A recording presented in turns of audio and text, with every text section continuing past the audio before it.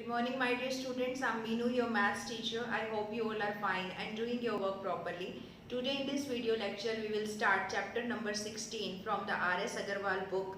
And this chapter is exactly same as we have done the chapter number 14 from the NCERT book. Actually, in this chapter, we have only one exercise, that is exercise 16, which is exactly same as we have done exercise 14.2 in the NCERT book, in which we have prepared the frequency distribution table. The questions are exactly same. Still, I am going to discuss with you some questions and remaining you have to do it by yourself. So let us see. This is question number 6. 3 coins are tossed 30 times. Each time the number of heads occurring was noted down. These are the data and prepare frequency distribution table. हमारे पास 3 coins थे, उनको हमने 30 time toss किया है. कहता है हर बार जितनी बार भी हेड आया हमने उसको नोट कर लिया, तो उसका आपको फ्रीक्वेंसी डिस्ट्रीब्यूशन टेबल बनाना है. तो अब देखते हैं हम कैसे बनाएंगे.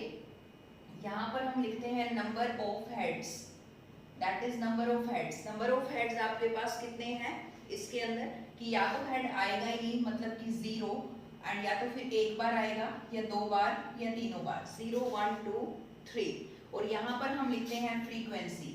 बस हमें फ्रीक्वेंसी डिस्ट्रीब्यूशन टेबल बनाना है. हमें चेक करना है कि 0 कितनी बार इसके अंदर आ रहा है. आउटकम्स आप देख ही सकते हो, 0 1 2 3, बस यही है. तो चेक कर लीजिए, ये 1 हो गया, ये 2 हो गया, ये 3 हो गया, ये 4 हो गया, ये 5 हो गया और ये 6 हो गया. तो 0 कितनी बार आया बेटा, 6 टाइम्स हमारे पास 0 आया. अब हम 1 चेक करते हैं. 1 2 3 4 5 6 7 8 9 एंड 10. तो 1 कितनी बार आया, 10 टाइम्स आया. अब हम चेक करेंगे 2 कितनी बार आ रहा है. This is 1 2 3 4 5 6 7 8 and 9. तो 9 टाइम्स हमारा आया है 2.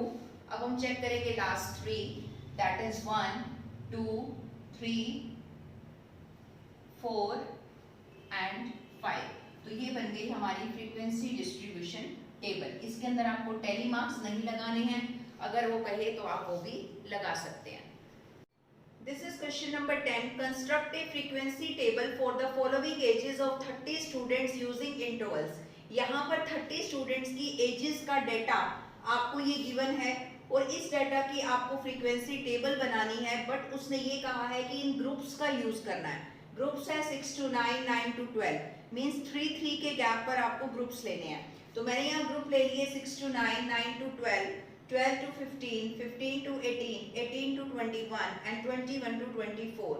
24 तक इसलिए लिए हैं क्योंकि जो इसमें सबसे लास्ट एज मुझे दिखाई दे रही है वो 23 है. तो हम लास्ट कहाँ तक लेंगे, 24 तक. अब जैसे हमारे पास है 6 to 9, तो 6 to 9 का मतलब ये होता है कि इसके अंदर 6 7 एंड 8 आएगा, 9 नहीं आएगा. 9 आएगा अगले इंटरवल में. अगला इंटरवल है 9 to 12, तो उसमें आएगा 9 10 एंड 11. तो अब हम सबसे पहले फर्स्ट देखते हैं 6 to 9, मतलब 6 7 8 इसमें कितनी बार आ रहे हैं. तो हम चेक करते हैं. 1 2, this is 3, this is 4 and this is 5. 5 times हमारे आ रहे हैं, तो हम इसके आगे लिख देंगे 5 और इनको मैं साथ के साथ यहाँ से इरेज कर देती हूँ ताकि हमें कोई कंफ्यूजन ना रहे. उसके बाद हमारे पास है 9 to 12, मतलब इसमें हम चेक करेंगे 9 10 एंड 11. तो हम देखते हैं यहाँ पर, दिस इज 1, एक ये हो गया, 2 हो गए, 9 10 एंड 11 इसमें कोई नहीं है. ठीक है, तो ये हमारे पास कितने हो गए, 1 2 3 एंड 4. तो यहाँ पर आ गया 4. तो इनको भी हम साथ के साथ हटा देते हैं. उसके बाद हमारे पास है 12 to 15, तो जिसमें हम चेक करेंगे 12 13 एंड 14 को. सो दिस इज 12 1 2 3 और आपके पास एक ये भी है 12 एंड 12 13 एंड 14. और कोई नहीं दिख रहा हमें, एक ये है एक ये और एक ये, तो टोटल कितने हो गए 4। तो यहाँ पर भी आ जाएगा आपका 4, तो इनको हम साथ के साथ हटा देते हैं, ठीक है। उसके बाद 15, 16 एंड 17 इनको चेक करते हैं। 15, लास्ट में ये दो और हैं हमारे पास, एक ये 16 है, एक ये 16 है। तो आपके पास अब देख लीजिए 1 2 3 4 5 6 एंड 7, तो यहाँ पर आ जाएगा 7। उसके बाद हमने देखना है 18, 19, 20। उससे पहले मैं इनको यहाँ से रिमूव कर देती हूँ। That is 18, 19, 20। So this is 1 2